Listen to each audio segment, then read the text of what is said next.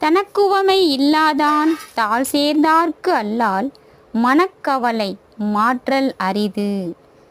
பரம்பொருளின் திருவடிகளை சரணடைந்தவர்களை தவிர மற்றவர்களால் தங்களின் மனக்கவலையை போக்கிக் கொள்ளவே முடியாது என்கிறார் வள்ளுவர் பெருந்தகையார். இறைவனின் பரம்பொருளின் திருவடிகளை சரணடைந்தவர்கள் மட்டுமே தங்களின் மனக்கவலையை போக்கிக் கொள்ள முடியும், ஆனந்தமான வாழ்க்கையை பெருக்கிக் கொள்ள முடியும் என்கிறார் வள்ளுவர் பெருந்தகையார். அறவாளி அந்தணன் தாழ் சேர்ந்தார்க்கு அல்லால் பிறவாளி நீந்தல் அரிது.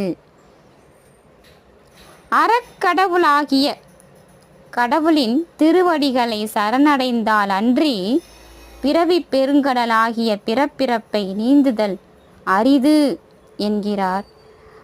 கடவுளின் திருவடிகளை சரணடைந்தால் மட்டுமே நம்முடைய இந்த பிறவியின் பெருங்கடலாகிய பிறப்பை நீந்தி கடக்க முடியும் என்கிறார் நம் வள்ளுவர் பெருந்தகையார். கோளில் பொறியில் குணமிலவே என் குணத்தான் தாளை வணங்கா தலை.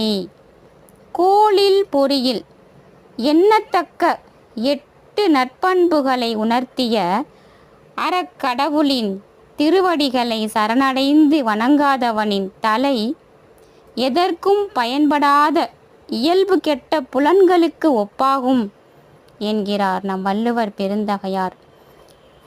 எண்ணத்தக்க 8 நற்பண்புகளை உடைய கடவுளின் திருவடிகளை சரணடைந்து வணங்காதவர்களின் தலை எதற்கும் பயன்படாத இயல்பு கெட்ட ஐம்புலன்களுக்கு ஒப்பாகும் என்கிறார் நம் வள்ளுவர் பெருந்தகையார்.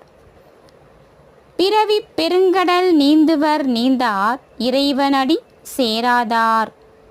இறைவனை சரணடைந்தவர்கள் பிறப்பிறப்புச் சூழலில் இருந்து மீள்வர், முக்தியும் பெறுவர்.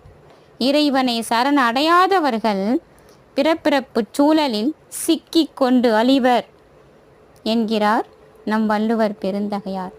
இறைவனை சரணடைந்து பிறப்பிறப்புச் சூழலில் இருந்து நாம் மீள்வோம், முக்தியை பெறுவோம்.